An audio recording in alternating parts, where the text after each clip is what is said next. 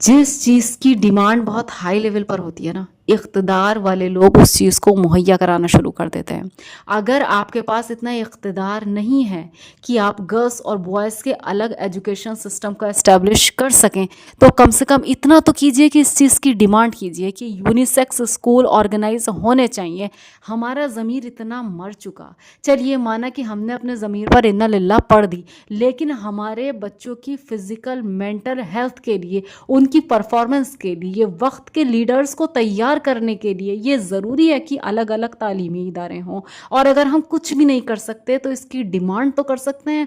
जब मैं छोटी थी मुझे याद है कि जो हमारे एरिया का सबसे अच्छा स्कूल, जो सबसे महंगा, अच्छा मीन्स महंगा, कॉस्टली स्कूल था, क्रिश्चियन स्कूल, उसमें बार बार ये कहा गया कि यहाँ उर्दू होनी चाहिए। उर्दू, उस टाइम उर्दू की बहुत ज़्यादा मुसलमानों में वैल्यू थी। अब तो खैर मुसलमान इस चीज़ को ज़रूरी समझ नहीं रहे हैं, लेकिन उस टाइम उर्दू की इतनी डिमांड की गई कि उन्हें आखिरकार अपने स्कूल में उर्दू करनी पड़ी, क्योंकि जिस चीज़ की डिमांड की जाती है उस चीज़ को मुहैया कराया जाता है। हमने डिमांड करनी बंद कर दी, लिहाजा वो चीज़ मुहैया होनी सिरे से बंद हो गई। और बच्चियों के लिए तो ये कहा जाता है 8 तक को एजुकेशन हो भी जाए तो कोई बात नहीं, लेकिन ठीक है, इस्लाम 8 तक की एटलीस्ट इजाज़त देता है जब तक वो बुलूगत की उम्र तक ना पहुँचे।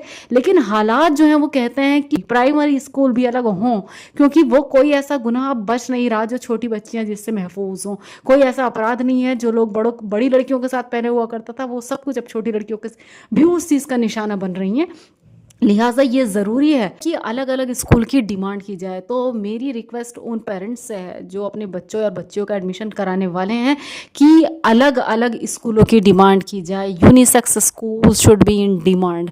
जब डिमांड ज़्यादा होगी तो इक़्तिदार वाले लोग उसको एस्टैब्लिश करना चाहेंगे, और जब एक प्राइमरी स्कूल की शुरुआत होगी तो उसके बाद सेकेंडरी स्कूल फिर भी किसी हद तक अवेलेबल हैं। और सेकेंडरी स्कूल की डिमांड अगर होने लगे तो वो भी high profile, higher educated school जिनके अंदर अच्छा तालीमी निज़ाम होगा, वो भी एक्सिस्टेंस में आने शुरू हो जाएंगे। लेकिन हमें इस चीज़ पर बात करने की ज़रूरत है। डॉक्टर जाकिर नाइक जैसे बड़े लेजेंड भी ये बात कहते हैं कि जब कोई एजुकेशन होती है तो एजुकेशन से ज़्यादा स्टूडेंट्स के दिमाग पर जो प्रेशर होता है वो एक दूसरे को इम्प्रेस करने का होता है। We will handle the question answer session that when there was a survey done in UK that which get better results, the co-ed schools or single sex schools, the survey said that the results of the single sex schools were far superior than schools which had girls and boys together. And the reason was that many a times the students were trying to impress the opposite sex than to pay attention on the studies. Performance को बच्चा भूल जाता है और इन सब चीज़ों के चक्कर में पड़ जाता है, जिसको इस्लाम में फितना कहा गया है। इसीलिए नहीं इस चीज़ को हराम और मना किया गया कि ये चीज़ ना हो, क्योंकि वो इंसान की पर्सनालिटी को, मेंटल और फिजिकल हेल्थ को बहुत ज़्यादा अफेक्ट करता है।